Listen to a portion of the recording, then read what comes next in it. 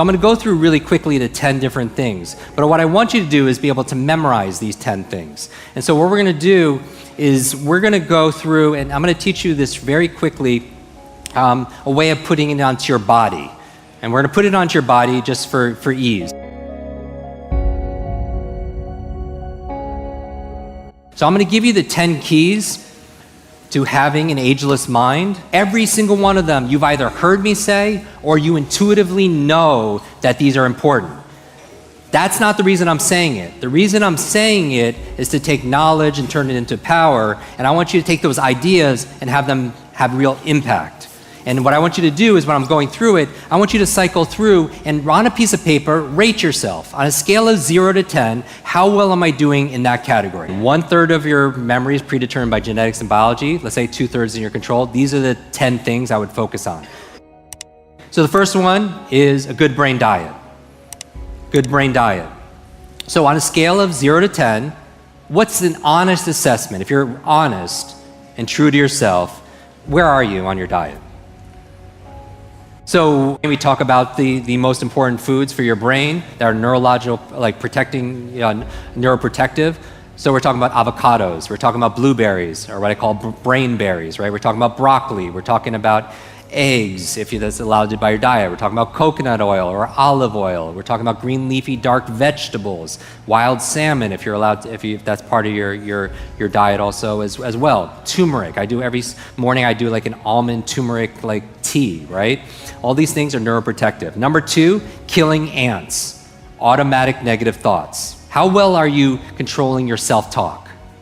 On a scale of 0 to 10, honestly, even if you've done this with me, how strong are you? 0 to 10.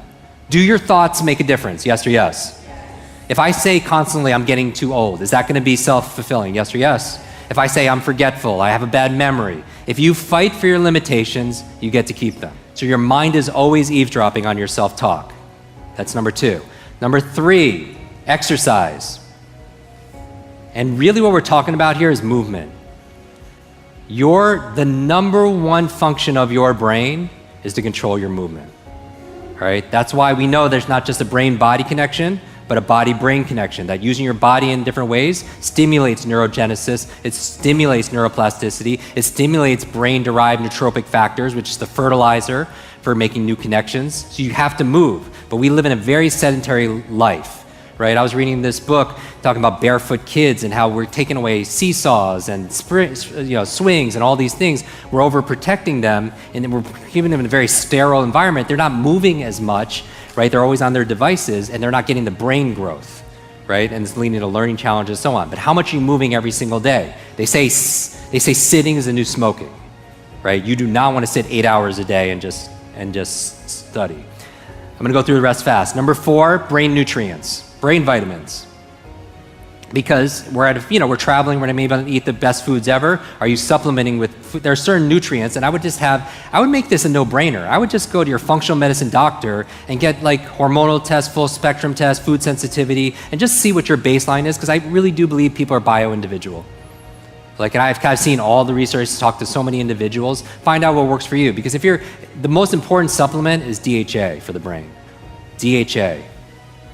All right, that's number 4. Number 5, positive peer group. So rate yourself, 0 to 10.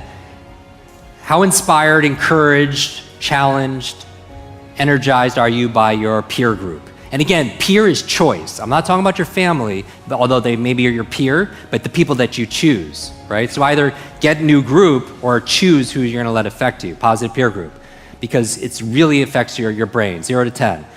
Really fast, number 6, clean environment. How clean is your environment? How organized is 0 to 10? And you know this, right? Is your external world reflected by your internal world? And vice versa? Because it's a feedback loop. Have you ever cleaned your room, cleaned your desktop, cleaned your work area, and all of a sudden you have clarity of thought? The reason why I brought up the boxing match is because I go over there, we watch this fight, and afterwards I was like, I was me sitting here, Sylvester Stallone on the couch here, and then to his left was Arnold Schwarzenegger. And I swear, if you took a picture of that, like, they'd be like, who photoshopped that Asian dude in that photo? But I was like, what does it take to be a champion like those guys? And then Arnold said, Jim, the difference between an amateur and a champion is a champion's willing to push past the pain period. Just like for those of you who did the exercise over the past few days, it's that intensity. And is there a pain period in a relationship? Is there a pain period sometimes in a health crisis? Is there a pain period also in your business? Multiple pain periods, right? The ability to push past, that's where the period is now, because you've just done days and days and you feel like your attention is wandering and going different places. This is the time when it counts, just like with your workout, right? And so if Lorenzo and his team's here, that would be the goal. So that's number 6. Number 7, sleep. On a scale of 0 to 10, how good is your sleep? It's important for your brain. 3 really simple reasons. It's where you consolidate short to long-term memory. That's where you actually remember. You do not, even when you're doing these workouts, build your muscles when you're working out. You build it when you rest. Same thing with your mental muscles, same thing with your memory. So that's where you consolidate short to long-term memory. The other reason why you sleep is it cleans plaque out that could lead to dementia and potentially brain aging challenges. The last reason why is how you dream, right? Your REM sleep, your REM stages of your sleep, that's very important because that's where your creativity, that's where, I'm telling you, like we did a whole thing on Superbrain on how to remember your dreams. But specifically, why do you want to remember your dreams? Because you learn all day, your brain doesn't shut off at night, it's more active at night. And so Elias Howe created a sewing machine in his dream. Paul McCartney came out with the song Yesterday in his dream. Mary Shelley came up with Frankenstein in his dream. Periodic table came to a chemist in his dream. What are you dreaming about at night that could solve a lot of the problems in your business, in your life, but you forget it the next morning? That's why the first thing I do in my morning routine is remember my dreams. And 6 steps on how to do that we talked about in Superbrain. After that, sleep. 8, brain protection. Are you protecting your brain? And I'm not just talking about wearing a helmet in extreme sports. Yes, that's obvious. I've had a series of traumatic brain injuries and concussions and all those challenges. Yes, but I mean like things like EMFs. Like we did a podcast episode specifically talking about electromagnetic fields and how it's affecting the brain. Is that affecting the brain, you think? Do you think it's normal? Do you think we evolved or are born to be able to handle all the electricity that's coming out of these smart devices? I read recently that over 90% of kids sleep with their phones underneath their pillows, right? Not on airplane mode, right? So it's big challenge. We just did 2 videos on that. They have 4 million views in just a matter of weeks. You should watch those videos. EMFs, protect your brain. Number 9, new learnings. New learnings, meaning that you might have seen the longevity. This is a longevity conference on the cover of Time magazine where was this study on nuns who were living 80, 90 and above. What was the secret to their longevity? Part of it was their emotional faith, gratitude. The other half, lifelong learners. These group of women were just learning every day, reading every day, having deep conversations, doing the work every single day. It added years to their life and life to their years. So always learning, and I'm preaching to the choir here. But I know for a fact, most of you could actually push it even more, all right? That's how you create neurogenesis and neuroplasticity.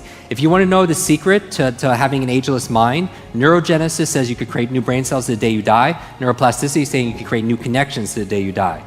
The 2 most important factors outside of sleep that's going to promote neurogenesis, neuroplasticity, novelty and nutrition.